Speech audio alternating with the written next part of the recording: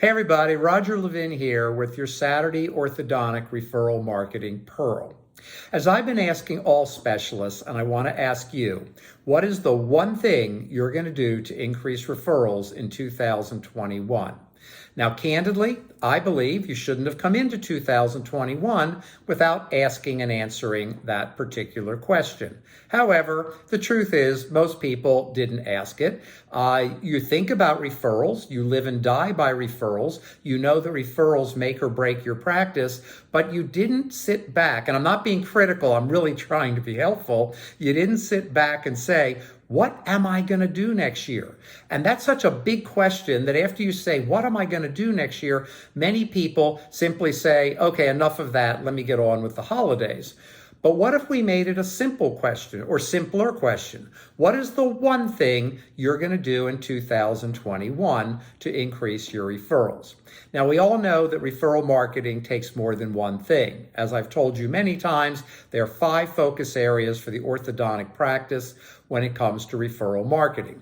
You need patient strategies, parent strategies, social media strategies, referring doctor strategies, and community strategies, which will come back nicely as we see the vaccinations expand and we move through COVID.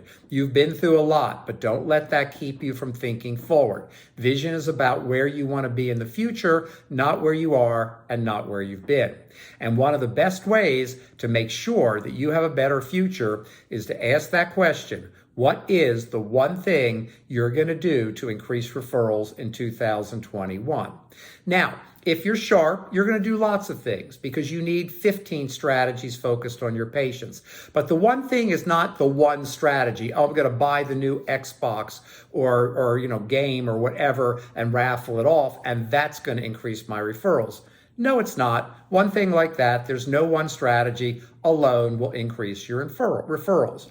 But when I say one thing, let's look at some examples.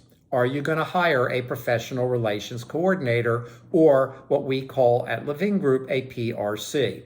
We created this concept in 1985, 37 years ago, and we found that the PRC can add millions of dollars of revenue over the years to an orthodontic practice.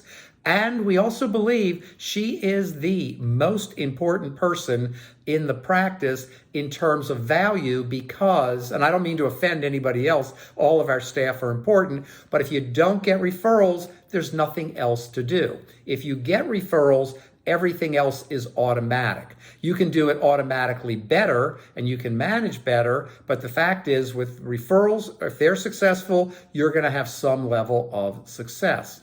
So the PRC is a person that you might want to add to your practice at least part-time, 16 to 20 hours a week. Are you going to develop better relationships with your referring doctors? Maybe you've been under the false assumption that referring doctors are doing all the ortho and not going to refer to you. The only reason they're not referring at all to you is that they're referring to someone else. Yes, they're doing some ortho. Aligners have made that easier. We all know that. But they're not doing all the ortho, and there's still many GPs, 50 to 60%, that don't do any ortho at all. It's a little bit of truth and a lot of excuse not to think about the referring doctors. Should we build better relationships there? Is that your one thing? Or should you take a look at patient referrals? Can you do a better job of creating a 15 strategy campaign, all interrelated and integrated, that synergize to create fantastic patient referrals? So there are many, many possible answers to this question. But first, you have to ask the question. As I've learned in life, as I advise the very few clients that I have that I advise on executive coaching, questions are more powerful than answers. If you ask the right questions, or if you ask a great question, you get the right answer or you get a great answer. As always, I wish you orthodontic practice success and increased practice production.